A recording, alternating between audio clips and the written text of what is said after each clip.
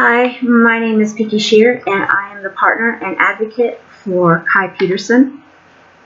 For those of you who are unaware of this story, this video part 1 is for you. It explains the story and what we are trying to do. There's also a trigger warning in here because it does include discussion of rape and transphobic violence.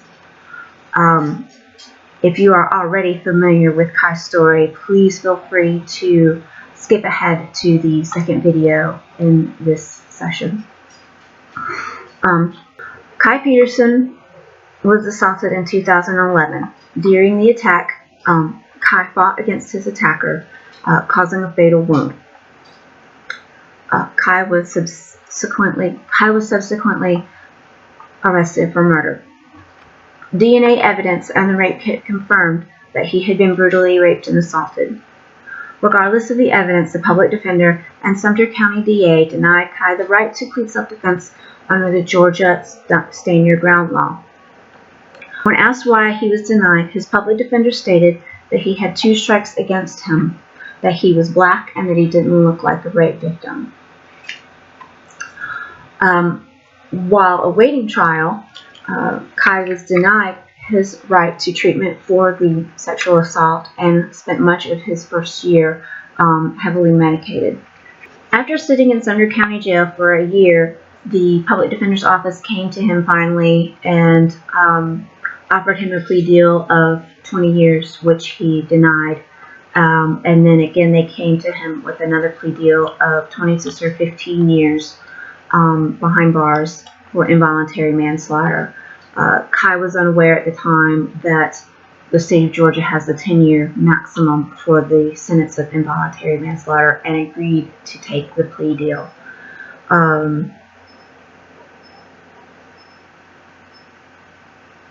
Again, because of the medication that he was on, we do not think that he was in any mental condition to accept such a plea deal. For the last 2 years, we have been seeking support from local civil rights organizations and national groups as well. We've been sharing his story across social media and through online magazines. And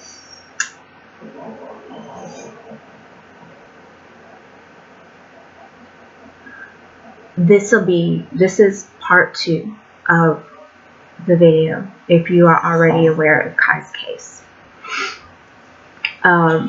Last fall, Kai had served already 5 years of his 15-year sentence. Our supporting team at Transforming at SNAPCO had presented a parole plan and request to the Georgia Department of Corrections Board of Pardons and Paroles. We were told to expect an answer in December of 2016. So the state board of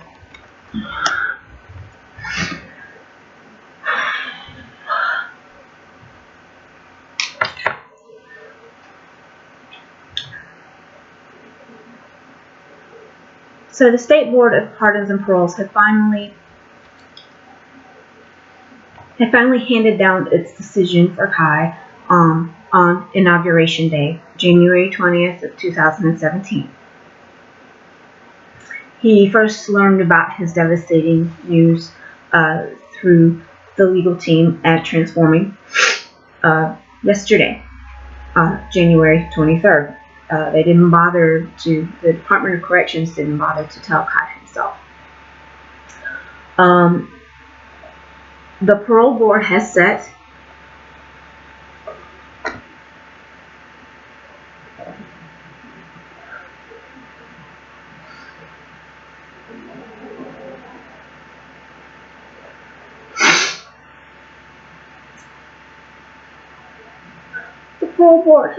a tentative parole mark for Kai Peterson for July of 2021.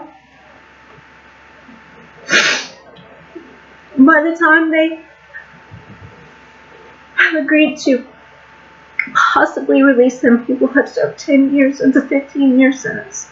or a complete sentence for involuntary manslaughter.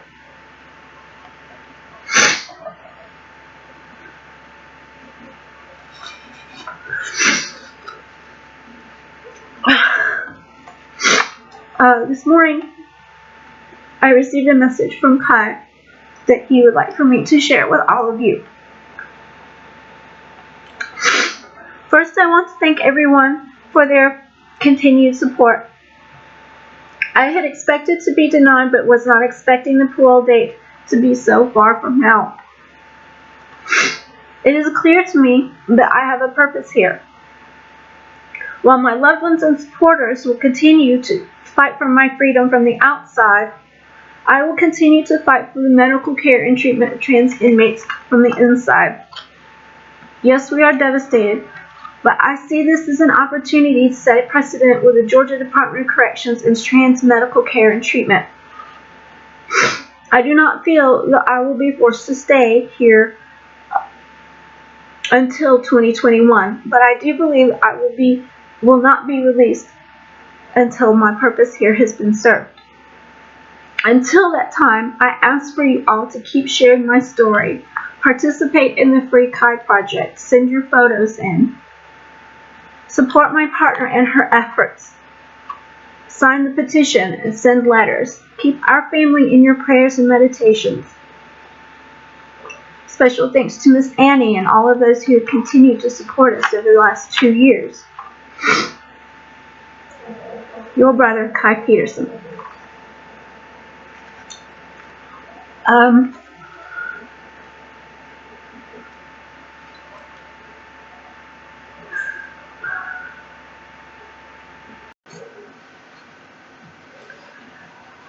So, needless to say, at the moment we are kind of in shock.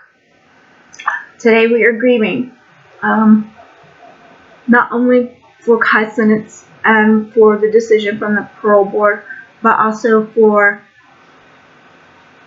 everything that has happened and what we are seeing our community go through and struggle since the inauguration of the new administration. They're wasting no time in destroying what's left of our democracy and our freedoms. And so today we are grieving. Yesterday we were grieving. Tomorrow we are fighting.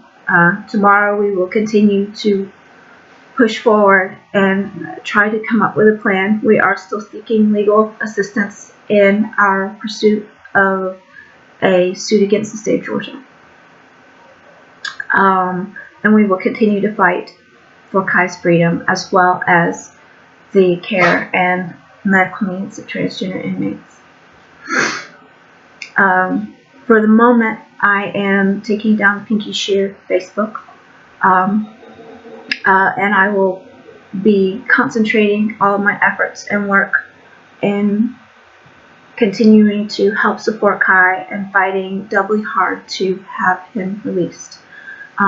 We will do whatever it takes. So I just wanted to thank you all for your support. The things that you can continue to do to support Kai would be, again, like he said, write letters, participate in the Free Kai Project, share his story, sign his petition. We are taking the petition to Governor Nathan Deal. At the moment, we have over 6,000 signatures. We need more. Please feel free to write him letters. Everything that you need to know in order to get in touch with me or Kai is on his website. We're currently updating the press pages for press releases, and we will be working this week with Survived and Punished for their week of liberation. Please keep an eye on that. That's coming out today. Thank you all so much for your support.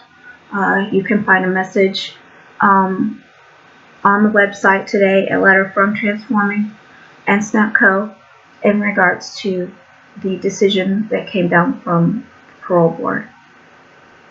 Thank you all again for your support and have a blessed day.